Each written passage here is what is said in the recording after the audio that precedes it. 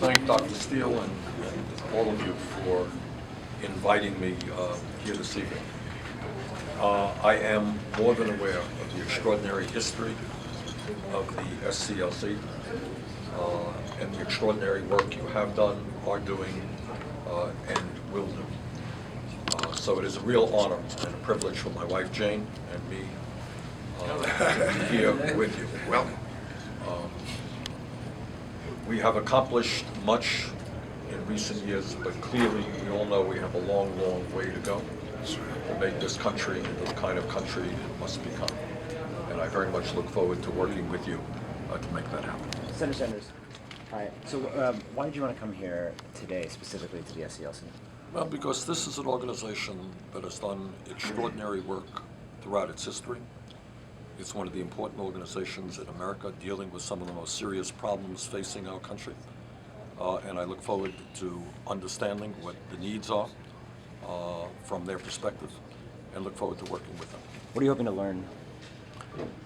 We have major problems in this country with regard to race and with regard to economics. Anybody who recently saw the Sandra Bland tape understand that tragically racism is alive and well in America. I don't think anybody believes that a middle-class white woman would have been yanked out of her car, thrown on the ground, assaulted, and then ended up in jail because she made a minor traffic violation. Unfortunately, that goes on much, much too often. And on the other hand, not only do we have to deal with institutional racism in America, we have huge economic problems. One of the points that I have been making, listen to this, the point that I've been making on the floor of the Senate is that if you look at high school graduates in this country, if they are white, high school graduates, 33% unemployment. Hispanic, 36%. African American kids, 51%. And then we wonder why we end up having more people in jail than any other country on earth. Yes. So to my mind, it makes eminently more sense to invest in jobs and education rather than jails and incarceration. Yes. So I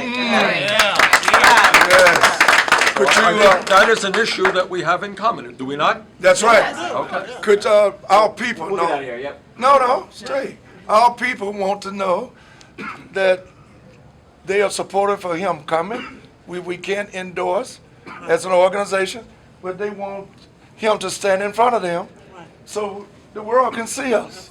If you can stand right here. My wife. Hello. And introduce Miss Jane, Victoria. come on. Hi. Nice to meet you. Nice meeting you. Hello. Hi, Victoria Rowell. Pleasure. Nice to meet you. Hello, nice to meet you, Jane. Nice to meet you, Jane. Taylor Bulls, nice to meet you. Okay. Jaden Grayhuff. Dr. Russ Yes. Hello, Senator. How are you? and his wife. Nice to meet you. Josephine Morning, Washington, D.C. I know that. That's myself. All right, I figured you were familiar with it. But I would like to say as president and CEO and my chairman, Dr. Lafayette, if you would come please, and your lovely wife. We are so happy to have Senator Sanders and his lovely wife. And we like what he is saying for poor people. We cannot endorse, but we can support the policy for our people in terms of what the candidate is saying. We're so impressed with his conveyance about the holistic approach of all God's children. Dr. King advocated for poor people. And the message that I'm getting from Senator Sanders is that he feels us, he's sensitive toward it. His campaign is going to embrace poor people, education, and job opportunities. So we thank God for this opportunity to have a message of this magnitude. Dr. Lafayette, you want to say anything?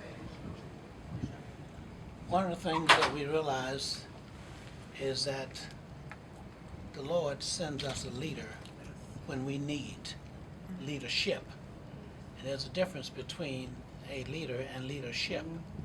And we feel very strongly as individuals that we see the greatest potential here. This is the end of the second Reconstruction, and we've got to make sure that we don't go backwards now. And while we're experiencing some of these tragic things happening in our country in terms of individuals, we see a systemic tragedy that's happening with our government by diminishing the right to vote and That's right. other kinds That's of things that are happening that are taking us back. Yes. We depended on the Supreme Court to take us forward, Amen. and now we see that we are going backwards. Yes, we've been singing "We Shall Overcome," and what we're doing is undergoing. All right.